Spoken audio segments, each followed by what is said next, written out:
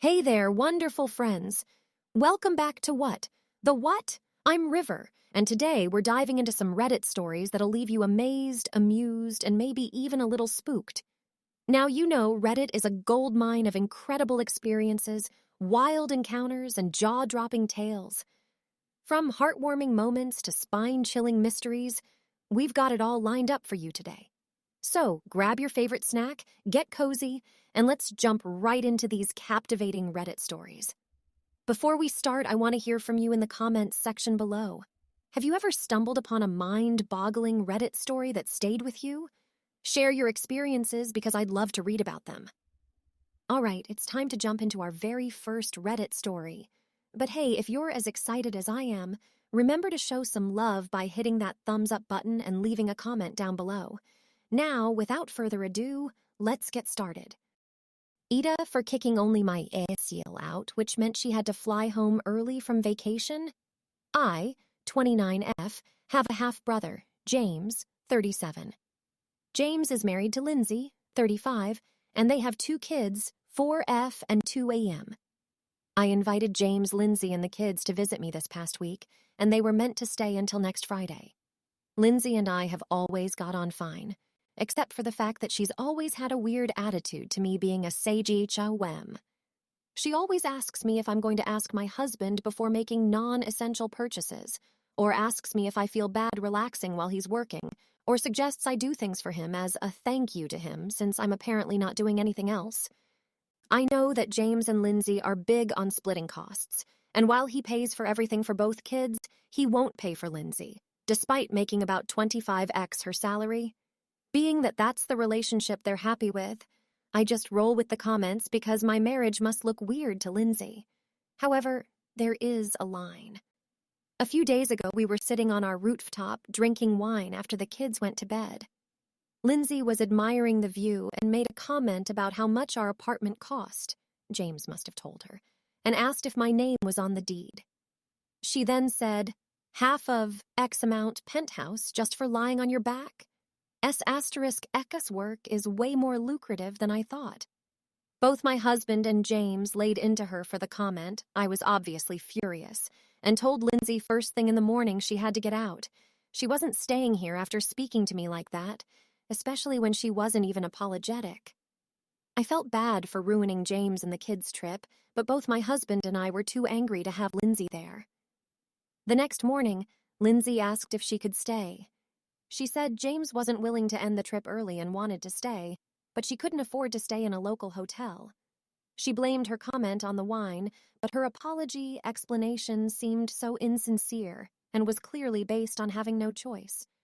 I told her this and said even if she did mean it, I just needed some space from her and didn't want her around after what she said because when put on top of what she's been saying for years, it's obvious that's what she thinks. James then said he wasn't paying for her hotel because it was her own actions that got her kicked out, and she would have to fly home early and he'd fly back with the kids as planned, which is what happened.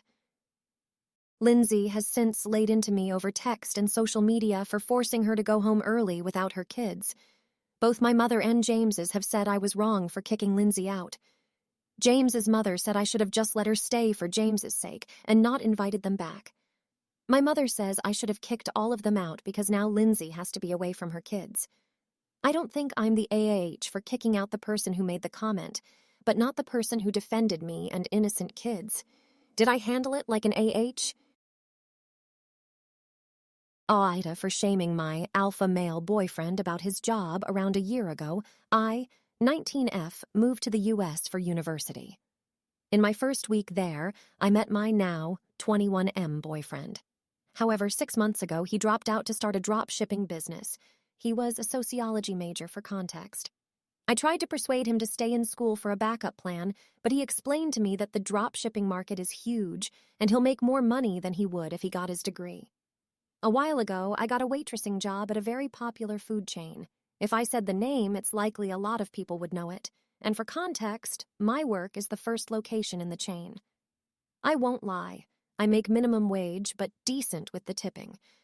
My boyfriend's business actually makes decent money, around $3,000, $4,000 per month. This sounds good, but he has a terrible attitude and thinks everyone's still in school, has a job paying less than him, or doesn't own their own business is inferior. He also considers himself an alpha male and continuously watches business lessons on YouTube Shorts. Yesterday, we got into a fight. It all started when I got home from work and was going to tell him about how we got a surprise visit from a worker at our restaurant and how we got along so well. The first thing he said was, "How old is she? What's her salary?" Must be $7.50 an hour. I told him that she was around my grandmother's age, and he started berating her for still working at her age and how she still doesn't have enough money to retire. I was getting really irritated at him and decided to tell him the rest of my story about her. Her and her husband founded the chain. They're probably multimillionaires. They've earned more than you will probably ever make with your business. I definitely said more, but I can't remember what exactly. I think he started crying because he's stopping talking and locked himself in the bathroom. The last thing he said to me was, "Can you actually stop shaming me? My job pays for our rent." I feel so horrible about what I said, but I just thought he needed to understand that making fun of people's jobs is terrible. I also understand that I do live with him, and his job definitely lets us live more comfortably than the average people our age. And that's a wrap for today's video. I hope you enjoyed diving into reading Reddit AITA stories with me. If you found this video entertaining, don't forget to give it a thumbs up and hit that subscribe button. If you have any questions, comments, or thoughts about today's video, feel free to drop them down in the comments section below. I love hearing from you and engaging in discussions. Looking for more content like this? Check out my previous video on Reddit stories. I'll leave a link right here if you haven't already. Be sure to subscribe and ring that notification bell. By subscribing, you'll be the first to know when I release new videos. Your support, likes, comments, and shares mean the world to me and keep me motivated to create more valuable content. Thanks again for watching, and I can't wait to see you in the next video. Until then, take care, stay curious, and keep reading.